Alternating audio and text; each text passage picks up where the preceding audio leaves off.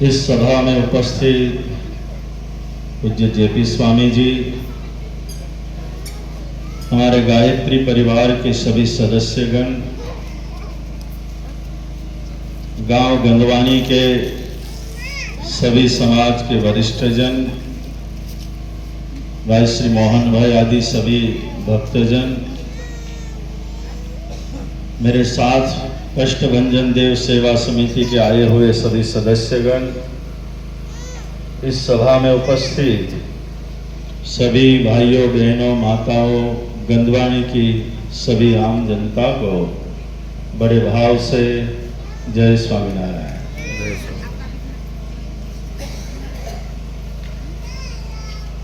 बेगाड़ा थी 2 दिन से, बदल बहुत है, ठंडी तो बहुत कम है, फिर भी आपकी आवाज इतनी कम आई, मुझे लगा कि ठंडी लग रही है आपको। मैंने आप सबको कहा जय श्री राम, जय श्री राम, जय श्री कृष्ण, जय श्री कृष्ण, जय माता जी, जय माता जी, ओम नमः शिवाय, ओम नमः शिवाय, जय स्वामीनारायण। जय स्वामीनारायण। अब आवाज आई। आज गंदवानी में मैं पहली बार आया हूं। गंदवानी का नाम सुना, गंदवानी के आसपास से कभी निकला हूं, लेकिन गंदवानी में आज पहली बार मैं आया हूं। आने के पश्चात एक बात का संतोष हुआ, इस क्षेत्र में हमारे गायत्री परिवार के सभी भाई बंधु इस क्षेत्र का पूरा ख्याल रखते हैं और इस क्षेत्र में आप सभी भक्तों को जो कुछ सिखाने की, पढ़ाने की, समझाने की, ज्ञान देने की जरूरत पड़े तो हमारे गायत्री परिवार के भ्राता बंधु बहुत बढ़िया तरह से कार्य कर रहे हैं। एक बार गायत्री परिवार को ताली बजा करके बहुत बहुत हम धन्यवाद दें।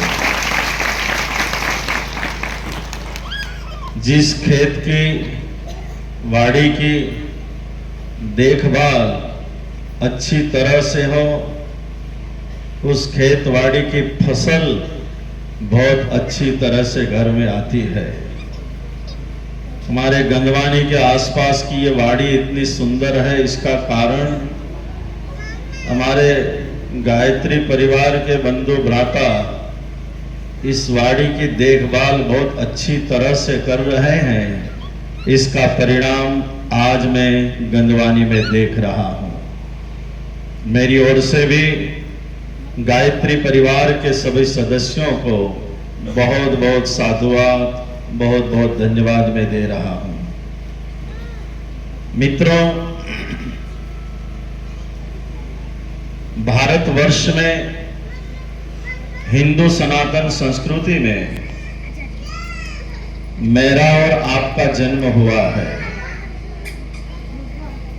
संस्कृतियां बहुत है, लेकिन विश्व में सर्वश्रेष्ठ संस्कृति यदि कोई हो तो हमारी भारतीय सनातन संस्कृति सबसे श्रेष्ठ संस्कृति है। मैं इस संस्कृति में जन्मा हूं, इस संस्कृति में पला बड़ा हूं, इसलिए मैं ये बात कह रहा हूं, ऐसा नहीं है। मैंने विश्व परिभ्रमण किया है। 18 से 20-22 कंट्रियों में मैं गया हूं। वहां की संस्कृति, वहां की पद्धति, वहां के रिवाज, सब कुछ मैंने देखा है। बाहर के देशों में क्या नहीं है, बाहर के देशों में, बाहर की संस्कृतियों में सब कुछ है। वहां पैसे भी है, वहां वैभव भी है, वहां भौतिकता के सुख के सभी साधन है, विषयों का भरपूर आनंद ले रहे हैं। लेकिन मित्रों, गंधवा निवासियों, जो शांति आराम विराम भारत में है, वो शांति विश्व में कहीं नहीं है। ये मैंने अनुभव किया है। हमारे पास छोटे मकान होंगे, फटे फूटे हुए कपड़े होंगे, हमारे पास घर में बैठ करके डाइनिंग टेबल पर खा सके ऐसी शायद व्यवस्था न भी होगी। हम पत्तल में खाते होंगे, हमारे पास आकाश में उड़ने के लिए, प्लेन में बैठने के लिए शायद इतने पैसे नहीं होंगे कि जिससे हम प्लेन में बैठ सके। ये बात सही है। लेकिन डॉलर वाले देश में, पाउंड वाले देशों में, जहां दिनार चलता है, ऐसी कंट्रियों में मैंने देखा है कि सुबह से शाम तक लोगों के पास समय तो है, लेकिन वो समय का उपयोग अपने वैभव के लिए, पैसे पदार्थों के लिए करते हैं।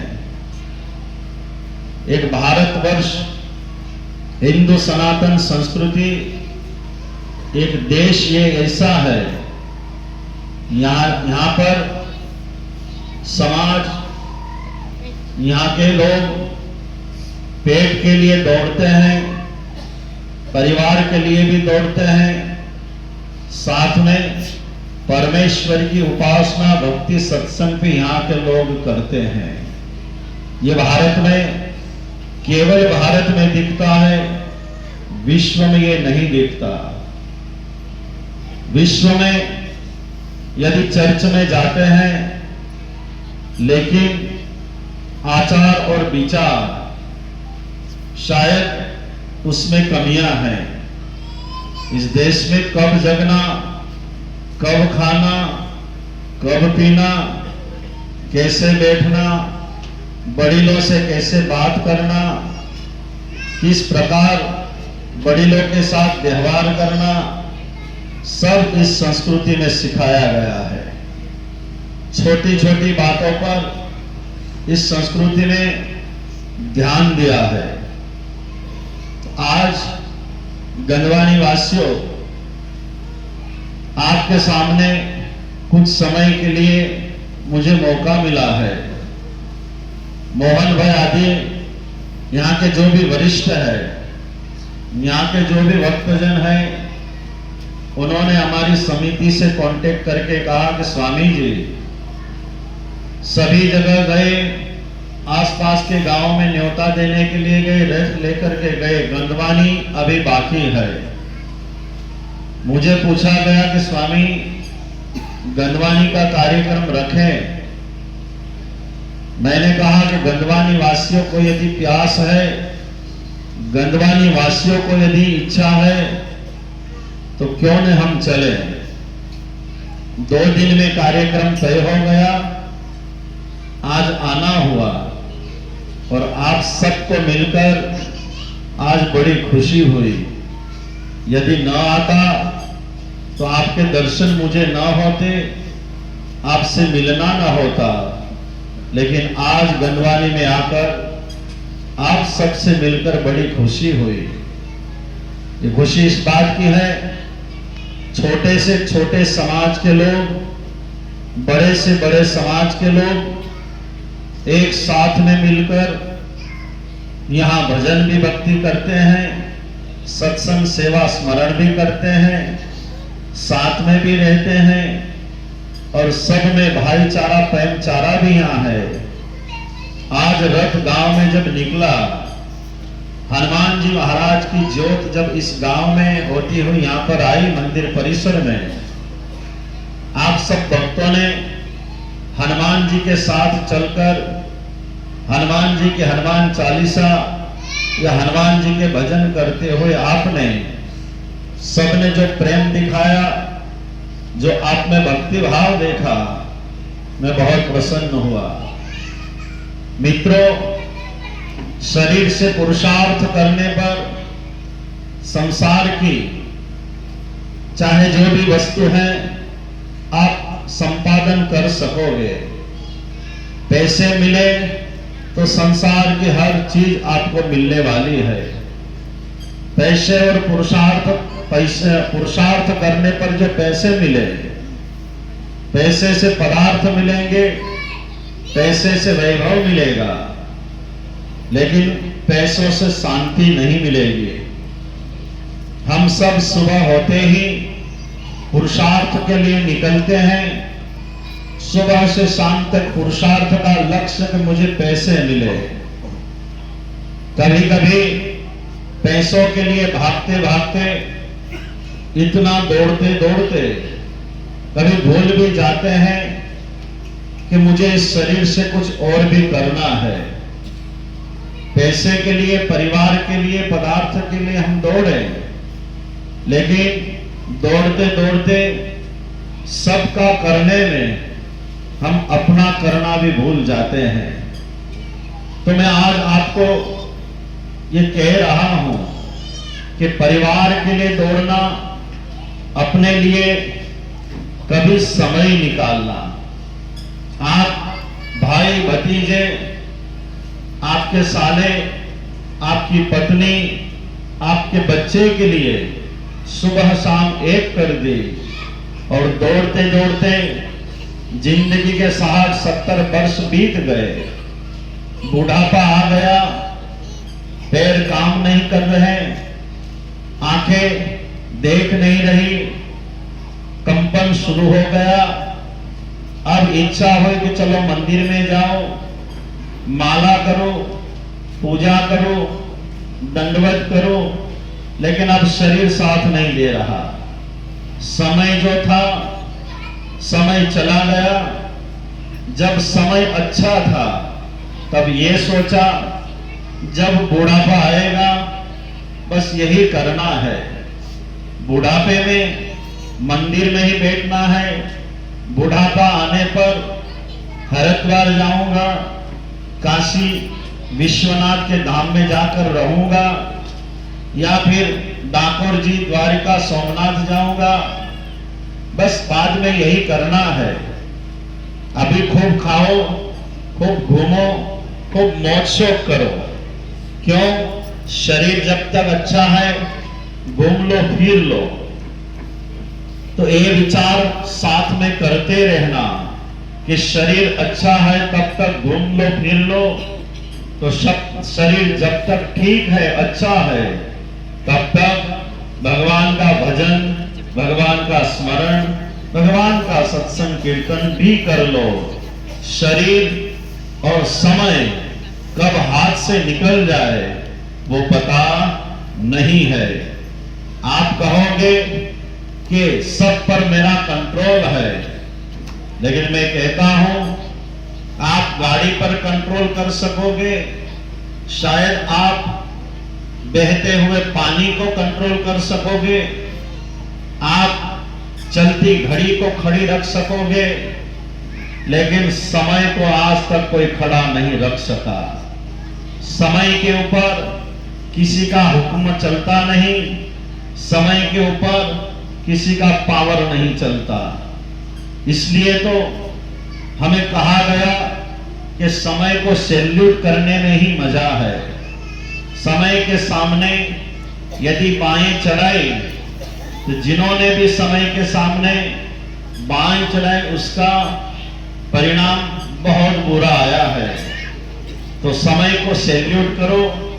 इस शरीर को भी भगवान का दिया हुआ दान समझो। दोनों यदि सानुकूल है, मेरे गुरुजी स्वामी जगत प्रकाश दास जी कहते थे, समय और शरीर की सानुकूलता में जब तक आपका समय ठीक चल रहा है और शरीर भी ठीक है, तब तक खूब कमा लो, जो जितना भी धन इकट्ठा करना हो कर लो। लेकिन कई बार अपने बाप दादा से मिली हुई संपत्ति इतनी भारी होती है, बस लगता है कि मुझे कमाने की जरूरत नहीं, बस बैठो, पत्ता खेलो, जुआ खेलो, कभी कभी व्यसन करो, कभी कभी तंबाकू गुटखा बीड़ी पियो, समय निकालो। क्यों? संपत्ति बहुत है मेरे पास, मुझे कुछ करने की आवश्यकता नहीं। कई लोग ये सोचकर समय बिगाड़ रहे हैं और शरीर भी बिगाड़ रहे हैं। समय तो अच्छा है, शरीर भी अच्छा था, लेकिन अपने हाथों से समय को व्यर्थ किया और शरीर का भी हमने नुकसान किया।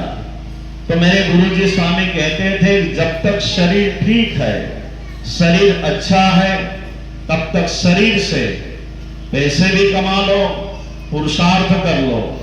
शरीर और समय दोनों ठीक है तो भगवान का भजन भी, जब तक शरीर और समय की सानुकूलता है, इतना भजन कर लो कि पीछे 60, 70, 80 साल के बाद यदि शरीर में कोई रोग आया, शरीर में यदि कोई हमारा एक अंग हमारा खराब हो गया, एक अंग काम कर रहा है शरीर का, एक पार्ट खराब हो गया, तब न भजन हो पाएगा, पछतावा होगा।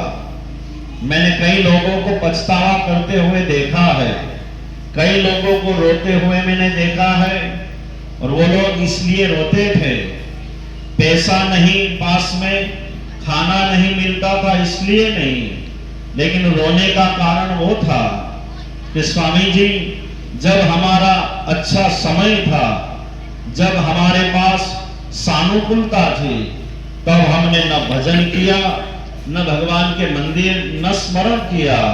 लेकिन आज समय चला गया, आज सब कुछ करने की इच्छा है, लेकिन जो समय चला गया अब वापस आने वाला नहीं है। इसलिए मैं आप सबको ये बात से अवगत कराना चाहता हूं। शायद मुझसे आप ज्यादा समझदार होंगे, शायद मुझसे आप ज्यादा ज्ञानी होंगे, लेकिन फिर भी यदि हम भूल गए होंगे तो आज मैं याद कराना चाहता हूं। इस बात को याद रखना कि जो समय बीत रहा है वो समय वापस आने वाला नहीं है। जो आज है वो कल नहीं होगा। पता नहीं कल कैसा समय आएगा, क्या परिणाम होगा, हमें कुछ पता नहीं। एक दिन ऐसा था कि हमारे देश में जब कोरोना केस आने लगे, डर का माहौल बना और पूरी कंट्री लॉकडाउन होके बस 5-15 रोज में सब घर में हम बैठ गए। आज तक कोरोना का मूल रूप हम देख नहीं पाए कि कोरोना क्या था, लेकिन फिर भी विश्व में अफरा तफरी ऐसी मची, एक वायरस के सामने महासत्ता जैसी कंट्रियों का भी कुछ नहीं चल पाया। आज हम कहते हैं मैं करूंगा, मैं कर लूंगा, मुझसे हो रहा है, मुझसे ये होगा, आपसे और मुझसे कुछ नहीं होगा, आप और मैं कुछ नहीं कर पाएंगे। आज संसार में जो कुछ भी हो रहा है, करने वाले परमात्मा भगवान श्री राम है, भगवान श्याम, भगवान महादेव, भगवान माता जी। करने वाली शक्तियां और है, लेकिन हम बीच में मैं करता हूं, मुझसे होगा, मैंने ये कर दिया, आपसे और मुझसे कुछ होने वाला नहीं है। चिकनगुनिया नाम का मच्छर, एक मच्छर हमें काटता है तो शाम को यदि हम बेड में सोए और मच्छर काट गया, सुबह में बेड से खड़े भी नहीं हम हो पाते हैं। एक मच्छर के आगे आपकी और मेरी नहीं चलती, तो संसार में आपकी और मेरी कहीं पर नहीं चलने वाली। मच्छर के आगे नहीं, ये शरीर जो हमें मिला है, जिस पर हाथ रखकर हम कहते हैं ये मेरा है, मेरा है, इस शरीर में हाथ रखकर बताने वाले व्यक्ति को एक दिन ऐसा आता है कि अपना शरीर भी उसे साथ नहीं देता और दूसरों को बुलाकर कहना पड़ता है, भैया मुझे हाथ दो, मुझे खड़ा होना है। दूसरों के सहारे चलना पड़ता है, तो शरीर भी अपना साथ नहीं देता। फिर भी हम इस संसार में समय और शरीर की अवगणना करते हुए, मनमानी करते हुए, आज कोई खा रहा है तो कोई पी रहा है। पीने का अर्थ पानी की मैं बात नहीं कर रहा हूँ, पीने का अर्थ दूध की बात नहीं कर रहा हूँ। आप जूस और आम का रस, शरबत पियो, उसमें कोई दिक्कत नहीं, लेकिन आज पानी पीते पीते बोतल का पानी जो पीने लग गए हैं, बस उसकी समस्या आज बहुत ज्यादा बढ़ती जा रही है। शायद गंडवानी में तो ऐसा कोई नहीं करता होगा, गंडवानी में तो ऐसे कोई पीने वाले नहीं होंगे, मैं कहीं और की बात कर रहा हूँ। यदि फिर भी इस प्रांत में, इस क्षेत्र में यदि ऐसी आदतें, ऐसी बुरी आदतें यदि बनती जा रही हैं, हो गई हो, तो मेरी रिक्वेस्ट है भाइयों कि हम सब भारतवासी, हमारे पूर्वज वाल्मीकि, वशिष्ठ, विश्वामित्र जैसे महान ऋषि मुनि थे, हम उनके वारसदार, उनके हम वंशज है। हमारी परंपरा में हम आगे देखें तो एक दिन रस्सी खींचते खींचते आगे जाओ तो हमारा एक संबंध राम के साथ जुड़ा मिलेगा, हमारा संबंध भगवान कृष्ण के साथ जुड़ा मिलेगा। तो जिस संस्कृति में राम कृष्ण भगवान हुए, उस संस्कृति के बेटे, उस संस्कृति की बेटियां आज व्यसन और फैशन में यदि आगे बढ़े और खाना पीना मर्यादा सब कुछ छोड़ दे, हमारे जो पूर्वज थे उनको भी लगेगा कि हमारे कुल में ऐसी प्रजा हमारे कुल में हुई, उनको भी शर्म आएगी। और एक बात याद रखना, करोड़ों रुपया देने पर भी जो नहीं मिलता, ऐसा मनुष्य का जन्म हमें मिला है। ये केवल हमारी याचना से नहीं, हमारी मेहनत से नहीं, भगवान की कृपा का ये फल है कि हमें मनुष्य का जन्म मिला। और ये मनुष्य का जन्म मिलने पर यदि हमने खाना पीना ये नियम का पालन न किया, और इसमें सिंपल सी बात है दोस्तों, पेट्रोल की गाड़ी में पेट्रोल भरा जाए तो गाड़ी की सुरक्षा है, गाड़ी की आयुष भी लंबी रहेगी, गाड़ी सुरक्षित चलेगी। लेकिन पेट्रोल की गाड़ी में आप डीजल डाल दो और डीजल की गाड़ी में पेट्रोल डालो तो गाड़ी की भी नुकसानी है, पैसों की भी नुकसानी है और समय की भी नुकसानी है। तो भगवान ने हमारा शरीर जो बनाया है, ये शाकाहारी शरीर बनाया है, ये मांसाहारी शरीर नहीं है। फिर भी आज हमारे इस शरीर में, भगवान के दिए हुए इस दान रूप इस शरीर में हम आज मांसाहार यदि करने लग गए तो हम सबसे बड़े ईश्वर के दोषी हैं, भगवान के गुनहगार हम हैं। तो भगवान के गुनहगार न बने, नहीं तो हिसाब सबका होगा। मैं गलतियां करूंगा तो मेरा भी हिसाब होगा। कपड़े चाहे जितने अच्छे पहन लूं मैं, दिखावा समाज में चाहे जितना मैं अच्छा करूं, लेकिन मेरी क्रिया, मेरे कर्म यदि अच्छे नहीं है तो एक दिन ईश्वर के द्वार पर मुझे हिसाब देना होगा। ये मैं हो तो भी, और यदि आपने चार दीवारें के बीच में यदि कोई गलत काम किया, यदि कोई रूल्स तोड़े, यदि कोई नियम तोड़े, आपको ये लग रहा है कि किसी को पता नहीं, मैं जो खा पी रहा हूं कोई जानता नहीं। कई लोग ऐसे होते हैं कि अपने माँ बाप को पता नहीं होने देते और गलत काम करते हैं। कई लोग ऐसे होते हैं कि अपनी पत्नी को भी नहीं बताते, कई ऐसे भी होते हैं अपने बच्चों को भी नहीं बताते कि मुझसे गलती हो रही है। और जब सामने आए कैंसर हो गया, जब सामने आए कि इसको ये दर्द हुआ, तब पता चला कि तो इसका सेवन करता था।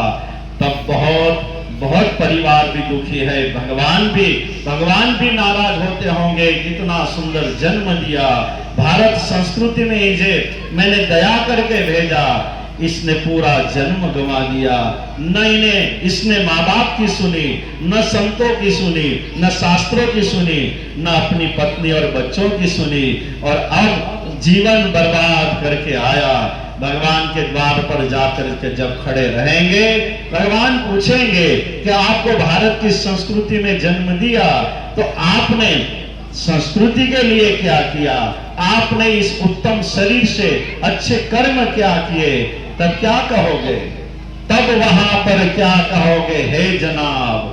जब वहां पूछा जाएगा तो ये बात नहीं वहां चलेगी कि मैंने छोटी मेरी खेती थी तो मैंने खेती बड़ी कर ली, छोटा घर था तो मैंने बड़ा घर बना लिया, एक दुकान थी तो मैंने 2 दुकानें कर ली। ये वहां नहीं चलेगा। भगवान पूछेंगे आपने कौन से सत्कर्म किए। ठाकुर जी पूछेंगे कि आपको समय और शरीर दोनों मिला तो समाज के लिए, दूसरों के लिए आपने क्या किया। तब आप कहोगे कि मैंने अच्छे कपड़े पहने, मैंने घर में फर्श लगवाया। नहीं चलेगा। इसलिए मैं आज आप सबसे कह रहा हूं, दोबारा जब मिलेंगे तब लंबी चर्चाएं करेंगे, लेकिन आज हनुमान जी का रथ ज्योत रूप में ठाकुर जी यहाँ आए हैं। आपकी और मेरी पहली मुलाकात है, इसलिए आज मैं आप सबसे अनुरोध करता हूं मित्रों, पैसे चाहे कम मिले तो उसका कोई दुख मत लगाना, लेकिन एक बात की खुशी व्यक्त करना। तब खुशी व्यक्त करना कि जीवन में कोई व्यसन न हो, जीवन किसी फैशन और व्यसन से ग्रसित न हुआ हो। तब खुशी व्यक्त करना भगवान के सामने कि प्रभु आपकी बहुत बड़ी कृपा है कि मैं पैसे से, मेरा स्टेटस इतना समाज में बड़ा नहीं, लेकिन आपकी कृपा से मैं निर्व्यसनी हो रहा हूँ, निर्व्यसनी बन रहा, और कभी भी मैंने व्यसन किसी प्रकार के नहीं किए। ये आपकी सबसे बड़ी कृपा है प्रभु। भगवान के सामने ये बात रोज कहते रहना। पैसे की राव और फरियाद लेकर हम जाते हैं मंदिर में, हे प्रभु मुझ पर कृपा नहीं की, हे प्रभु मुझ पर दया नहीं की, हे प्रभु मुझे ये नहीं दिया। भगवान के सामने जाकर के ये कहो कि हे प्रभु मुझे जो शांति मिली है, मुझे भले छोटा घर मिला लेकिन मुझे आराम विराम जो मिला है, इससे बड़ी कृपा ठाकुर जी और क्या हो सकती है आपकी। अभी मोहन भाई मुझे बता रहे थे स्वामी जी आगे परिस्थिति बहुत खराब थी, और जो बात कर रहे थे उससे लग रहा था कैसे कैसा समय निकाला है। भगवान की कृपा हुई, ठाकुर जी की कृपा से स्वामी जी घर भी बन गए, नाते पोते भी सब पढ़ रहे हैं, आज धंधे बिजनेस सब कुछ ठीक चल रहा है। लेकिन आज निवृत्त होने के बाद बस समाज के लिए और गरीब परिवार के लिए व्यसनी यदि कोई समाज है तो उनके पास जाना, समझाना, ये मैंने रास्ता तय किया है। मैं बहुत प्रसन्न हुआ सुनकर। यदि सब कोई ऐसा सोच ले कि हमारे जीवन में जो कुछ मिला भगवान की कृपा प्रसादी थी, समय ठीक हो गया, एक खराब समय चला गया, परिस्थिति अच्छी है, तो जिनकी परिस्थिति अच्छी नहीं चलो हम उनके साथ बैठे, जिनका समय अच्छा नहीं चलो हम उनको कुछ समझाए। हमारे पास यदि बुद्धि क्षमता ठीक है, हमारे पास पैसे और संपत्ति का पावर है, तो चलो हम दूसरों के साथ जाकर उनको कुछ ज्ञान दे, उनको कुछ अच्छा रास्ता दिखाए। मेरे गुरुजी कहते थे स्वामी जगत प्रकाश दास जी, जिस रास्ते पर चलने से आप सुखी हुए हो वो रास्ता दूसरों को दिखाना। सुख का मतलब पैसा नहीं, जिस रास्ते पर चलने से घर में जाकर चैन और आराम की नींद आए तो समझो वो रास्ता सुख से भरा हुआ हो। जिस रास्ते पर चलने पर आराम और चैन से नींद आए घर में जाकर तो समझो वो रास्ता सुख से भरा है। और जिस रास्ते पर चलने पर शाम को घर आने पर आधी रात तक नींद ना आए, पत्नी बार बार पूछे क्या हुआ स्वामीनाथ क्यों जाग रहे हो, सो जाओ सो जाओ सो जाओ, तो कहेंगे मुझे नींद नहीं आ रही, एयर कंडीशन चालू है, ऊपर फैन भी चल रहा है, माखी मच्छर कुछ है ही नहीं, एकदम कमरे में शांति है, फिर भी बोल रहा है नींद नहीं आ रही। अच्छे काम करोगे ऑटोमेटिक अच्छी नींद आएगी। यदि काम अच्छे न करे, विचार अच्छे न किए, समय का सदुपयोग न किया तो समझो शाम को नींद नहीं आएगी, आपकी चैन हराम हो जाएगी। इसलिए संसार में जब तक हम रहें तब तक भगवान के बनकर रहे, ईश्वर ने बताए हुए रास्ते पर हम रहे। ये मेरी आप सबसे प्रार्थना है। हम सब हाईवे पर गाड़ी लेकर जब चलते हैं, निकलते हैं, रास्ते में एक पट्टा बनाया हुआ होता है रोड पर, और वो पट्टा की एक साइड में एक कार इधर से जा रही है, सामने जो पट्टा है इसके इधर की साइड सामने से कार आ रही है, बीच में पट्टा है। चलाने वाले को पता होना चाहिए कि पट्टे के इधर की साइड में रहना मेरा जीवन की सलामती है। लेकिन बार बार गाड़ी इस तरह यदि चलाता जाए तो एक्सीडेंट होने की संभावनाएं बढ़ जाती है। एक्सीडेंट हर रोज नहीं होते, एक्सीडेंट कभी कभी ही होते हैं, और एक्सीडेंट जब होता है तब आपको भी नुकसानी है और सामने वाली व्यक्ति को भी नुकसानी है। तो पट्टे के एकदम भीतर जो गति बताई गई 60, 70, 80 स्पीड लिमिट बताई गई, उसमें चलना ही बस कार और चलाने वाले की सलामती है। यदि और गए तो एक्सीडेंट होने का चांसेस है। उसी भांति ये कार जो है संसार के हाईवे पर चल रही है, और इसमें भी पट्टा बनाया है, धर्म और नीति नियम का पट्टा बनाया हुआ है। जिसने भी इस पट्टे को छोड़ने की कोशिश की, बार बार कभी होटल, कभी बोतल, कभी रुपयों का टोटल, बस इसी में यदि गाड़ी इस तरह चलाते चलाते आगे बढ़े तो एक्सीडेंट होने की संभावना पूरी है। इसलिए जिंदगी में कभी ओवर मत बनो, जिंदगी में कभी स्लो भी मत बनो, जिंदगी में मीडियम बनकर जीवो। हमारी मर्यादा क्या है, हमारा कर्तव्य क्या है, हमारी फर्ज क्या है, बस उसे समझकर यदि जीवोगे, यही संसार आपको स्वर्ग की अनुभूति कराएगा। इसी संसार में आपको लगेगा कि मैं भगवान के धाम में रहता हूं, मैं वैकुंठ गोलोक ईश्वर का जो धाम की बातें शास्त्रों ने बताई है, वहां के सुखों का वर्णन जो शास्त्रों में किया है, आप उसका अनुभव यही कर सकोगे। ये सब ईश्वर की तो मूर्तियां हैं, इन सब के साथ रहते हुए आपको लगेगा कि मैं भगवान के धाम में रहता हूं।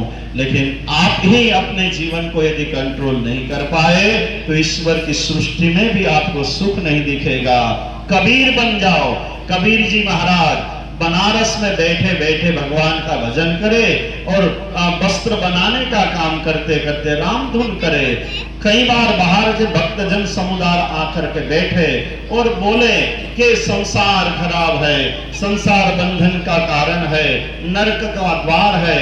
इस प्रकार कबीर जी के सामने बैठकर बातें करे। कबीर जी को लगा संसार बनाने वाले भगवान है, संसार की रचना ईश्वर ने की है, फिर भी ये लोग कह रहे हैं कि संसार नरक का द्वार है, बंधन का कारण है। चलो देखो तो सही, संसार में ऐसी कौन सी बुराइयां हैं, ऐसी कौन सी क्षति रह गई जिससे ये लोग कह रहे हैं कि संसार नरक का द्वार है। एक दिन कबीर जी ने अपना भजन छोड़कर काशी बनारस की बाजार में निकले, और जब बाजार में बनारस में निकले तब कबीर जी ने जब देखा, कबीर जी को लगा कितनी प्यारी सृष्टि भगवान ने बनाई है। ये मनुष्य सृष्टि देखो कितनी सुंदर है, पशु पक्षी देखो कितने सुंदर है, वृक्ष वेली ये फल फूल कितने सुंदर, भगवान की रचना तो देखो। और भगवान की रचना को देखते हुए नदी पहाड़ पर्वत सब कुछ देख करके कबीर जी जब वापस आए, कबीर जी को लगा कि मैं तो बाजार में गया बुराई ढूंढने के लिए, लेकिन मुझे तो कुछ बुराई मिली ही नहीं, कहीं पर मुझे बुराई या संसार खराब नरक का द्वार ऐसा दिखा नहीं। तो फिर मेरे लिए विचार कैसे आए, चलो आंख बंद करके देखो। कबीर जी ने आंख बंद करके जब झांक करके देखा, तब कबीर जी को दिखाई दिया, और कबीर जी ने दोहा लिखा कि बुरा देखन मैं चला तो बुरा न मिलिया कोई, जब मैं अपने आप देखा तो मुझसे बुरा न कोई। मित्रों, संसार बहुत बढ़िया है, संसार सुंदर है, बुराइयां है, यदि आप में और मुझ में बुराइयां है, यदि आपकी बुराई और मेरे में रही बुराई यदि दूर हो जाए, यहाँ कोई दुश्मन नहीं, यहाँ कोई पराया नहीं, यहाँ तेरा मेरा नहीं, हम गले मिलकर रहेंगे। आज तू मैं हो रहा है, आज हमारे बीच में ये हो रहा है, मैं बड़ा हूं, मैं ये ज्ञाति में जन्मा हूं, मेरा ये नाम है। अरे ये सब कुछ छोड़ो, हम सब ईश्वर के संतान है, हम राम श्याम घनश्याम महादेव माता जी की हम संतानें हैं। हमें ये सब बात छोड़कर हमें एकजुट होकर बस संसार में रहना है, एक दूसरे को प्यार करना है। यदि ये करते करते जिए मरे तो आना भी सफल, मरना भी सफल, जीवन मिला ये भी सफल। लेकिन लड़ते लड़ते एक दूसरे के साथ गाली गलौज करते करते यदि जिए मरे तो क्या जिए क्या मरे, वो तो पशु से भी बदतर जिंदगी हुई।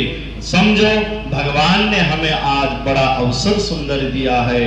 ठाकुर जी की बहुत बड़ी कृपा है कि भारतीय सनातन संस्कृति जैसी संस्कृति मिले हमें। पढ़ने के लिए, समझने के लिए, ज्ञान के लिए भागवत, रामायण, गीता जी, शिक्षापत्री, वचनामृत जैसे शास्त्र मिले, शिव पुराण जैसे, वेद उपनिषद जैसे ज्ञान का भंडार मिला। क्या कमियां रही इस देश में? हमें ऋषि मुनियों ने सब कुछ दिया। हमारे पूर्वजों ने मंदिर में भगवान की मूर्तियां, यानी कि मूर्ति के रूप में भगवान भी हमें दिए।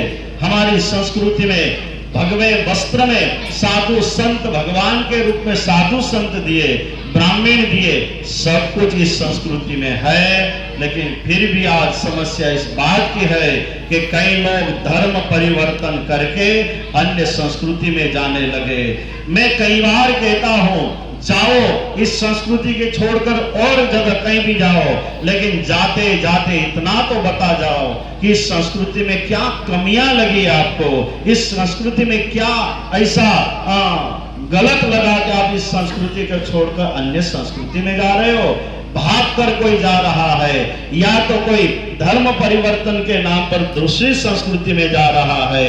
मेरी रिक्वेस्ट है, जीना तो भारत में और मरना तो भारत में। दोबारा यदि भगवान आपको पूछे यदि जन्म लेना है आपको दोबारा, तो भगवान से कहना कि हाँ प्रभु, मुझे भारतवर्ष में हिंदू सनातन संस्कृति में दोबारा जन्म लेना है। ये बात भगवान जब भी पूछे तब इस बात को तुम भगवान के सामने अवश्य कहना। इसलिए कह रहा हूं कि यहाँ जो आराम विराम शांति स्वर्ग से भी, भागवत जी की कथा सुनी है आपने? भागवत जी में कहा गया है, देवताओं ने जब भगवान की स्तुति और प्रार्थना की तो भगवान ने पूछा, मैं आपकी सेवा से, आपकी स्तुति से देवताओं में बहुत प्रसन्न हूं, बोलो क्या चाहिए? तब देवताओं ने भगवान से कहा, हे प्रभु, अहो अमीशाम किमकारी शोभनम। हे प्रभु, हमारा सौभाग्य होगा कि आप हमें भारतवर्ष में जन्म दे। यदि आपकी कृपा हो जाए और भारतवर्ष में हमारा जन्म हो तो इससे बड़ा सुख और क्या हो सकता है। देवताओं की इच्छा यहाँ आने की है, देवताओं की इच्छा यहाँ भारतवर्ष में जन्म लेने की है, और हम सब इस संस्कृति को छोड़कर अन्य कहीं जा रहे हैं। यदि कोई ऐसा कर रहा है तो सावधान, विचार बदल दे। यदि कोई गया है, आओ अपनी घर वापसी कर ले, ये मेरा अनुरोध है। और कभी भी कोई ऐसा कर रहा है आपको पता चले, उनको समझाओ कि जो सुख राम चरण में है, जो शांति कृष्ण भजन में है, विश्व में कहीं नहीं है। लेकिन कई बार ये होता है, खीर का कटोरा भरा हुआ हाथ में दो तो वो आदमी उसका उपयोग नहीं कर सकता, बस उसे फेंक करके उसमें कीचड़ भरेगा और कीचड़ से भरा हुआ कटोरा लेकर घूमता रहेगा। कभी ये मत करना। हमें हमारी संस्कृति में जन्म मिला, मानो हाथ में खीर का कटोरा है, इसे जहां वहां गिरा करके कीचड़ भर के मत घूमते रहना, ये मेरा अनुरोध है। गंधवानी वासियों, समय बहुत हो चुका है। मैंने जो कहा है आप में कोई खामियां हैं, आप में कोई त्रुटि है, इसके लिए नहीं, लेकिन जो विचार मुझे भीतर से आए वो बात आपसे शेयर की। आप गलत हो ऐसा मेरा कहने का तात्पर्य नहीं। आप मुझसे भी ठीक होंगे, मुझसे भी अच्छे भजन भक्ति वाले होंगे, फिर भी जीवन में व्यसन और फैशन से सदा दूर रहना, कभी भी किसी प्रकार के व्यसन न हो जाए। भगवान ने बहुत कृपा करके हमें छोटे छोटे मकानों से हमें बड़े बड़े महल तक हमने भगवान ने हमें पहुंचा दिया है। मित्रों, आपने तो समय, जो बूढ़े बुजुर्ग बैठे उन्होंने समय देखा होगा, मैंने भी समय, मैं इसी प्रांत का हूँ, मैं भी मध्य प्रदेश का ही हूँ, देशवालिया से बिलोंग में करता हूँ। बहुत छोटी उम्र में मैं यहाँ से गुजरात चला गया था, लेकिन आज भी जो समय था वो मुझे याद है, कैसा कैसा समय था। लेकिन आज गांव में कौलूर के मकान, मिट्टी के कोई मकान नहीं दिख रहे, आज बड़े बड़े महल दिख रहे। इसका मतलब यह है हमारी मेहनत नहीं, हमारे पर हमारी माताजी, हमारे पर भगवान की कृपा हुई है कि जिसके फलस्वरूप आज बड़े बड़े महल बने हैं, आज बड़े महल में रहने वाले बने हैं। लेकिन आज महल में रहने वाले आज व्यसन और फैशन, बीड़ी, सिगारेट, गुटखा, मावा, यहाँ बैठे हुए कई युवान मेरे भ्राता बैठे हैं, उनसे रिक्वेस्ट है, भारत की बहुत बड़ी जिम्मेदारी आप पर है। आज भारतवर्ष में आने वाले समय में जो चिंता व्यक्त आज की जा रही है, मित्रों, व्यसन करने में रहे, फैशन में रहे, समाज के नाम पर बंटने में रहे, आज अलग अलग हम नाती के नाम पर, जाति के नाम पर बढ़ते रहे, हमारी ताकत कम हो जाएगी, हमारी शक्ति घटेगी। यदि ताकत और शक्ति कम हो गई, विश्व में आज एक समुदाय ऐसा है कि तय कर लिया है कि भारत को कन्वर्ट करना है। आज शक्ति ये काम पर लग गई है, किसी भी हिसाब पे भारत पर समय आने पर आक्रमण करना है और इस पूरी कंट्री के समुदाय को बस कन्वर्ट करके यहाँ राष्ट्र जो हमारा भारतवर्ष है उसका नाम बदलकर अन्य राष्ट्र के रूप में देखना चाहता है। और जो चिंता हो रही है वो आपको भी पता है, मुझे भी पता है, लेकिन आज हम गंभीर नहीं हो रहे हैं। हमने सोच लिया मेरा घर बड़ा हो गया, दुनिया का जो होना है होने दो, लेकिन हम में आज एकता नहीं। हमारे हिंदू समाज में एक आवाज करो, आज कोई बाहर निकलने के लिए तैयार नहीं, और अन्य समाज में एक आवाज करो, 7 पीढ़ी तक अरस परस बोलने के नाते ना हो, फिर भी वो लोगों को एक होने में कोई दिक्कत नहीं, और हम सबको एक होने में आज भी दिक्कत है। हमारा समाज अलग, आपसे हम अलग हैं, हम तो ये है वो है, ये सब करने में हम पड़े। अब ये सब बातें जाने दो, हम सब भगवान राम के बेटे हैं, हम सब हिंदू हैं, और हम सब चाहे जो भी जाति और ज्ञाति में बटे हैं, लेकिन अंततः हम राम कृष्ण स्वामी नारायण महादेव माता जी के बेटे हैं। हम सबको एक होना ही पड़ेगा। यदि हम एक न होए, एक आवाज पर खड़े न हुए, याद रखना आने वाले समय में पछतावा होगा। आने वाले समय में जब लूटे जाएंगे, जब मारे जाएंगे, कटे जाएंगे, तब पता चलेगा ये बातें पहले जब होती थी तब एक हो गए होते, तो आज ये सहना न पड़ता। बहुत कुछ मुझे कहना है, बहुत कुछ विचार आ रहे हैं, लेकिन फिर भी आपको शॉर्ट एंड स्वीट बातें कह करके मैं आपको सावधान करने का एक प्रयास कर रहा हूं कि सावधान हो जाना। तो मित्रों, चलो ये ज्ञान की बातें, भक्ति की बातें, सत्संग की बातें, जीवन की बातें बहुत हो गई। जिसके लिए मैं आज आया हूं उसकी 2 मिनट 3 मिनट बातें बता दूं, बाद में शायद पोहा प्रसाद यहाँ भी तैयार होकर के आ गया है, और जो भी प्रसाद भगवान को यहाँ दराया जाएगा, प्रसाद लेकर के हम जाएंगे। उसके पहले एक आरती भी होगी, हनुमान जी महाराज के हम सब साथ में मिलकर आरती भी करेंगे। आरती के पश्चात सभा को विराम दिया जाएगा। तो मेरा आज आने का जो रथ जो आया है उसमें ज्योत जो जल रही है, ज्योत सारिंगपुर कष्टभंजन देव धाम से ज्योत आई है। आज से 15 दिन 20 दिन पहले हम सब यहाँ से पूरे निमाड़, पश्चिम निमाड़ से सभी समाज के भाई बंधु मेरे साथ आए थे। हम सब 300 कार यहाँ से लेकर के सारीपुर गए थे भाई कार। वहां से हनुमान जी महाराज की सुबह 5:30 बजे की प्रातः आरती की जो ज्योत थी, वो ज्योत वहां से लेकर के हम सब आए।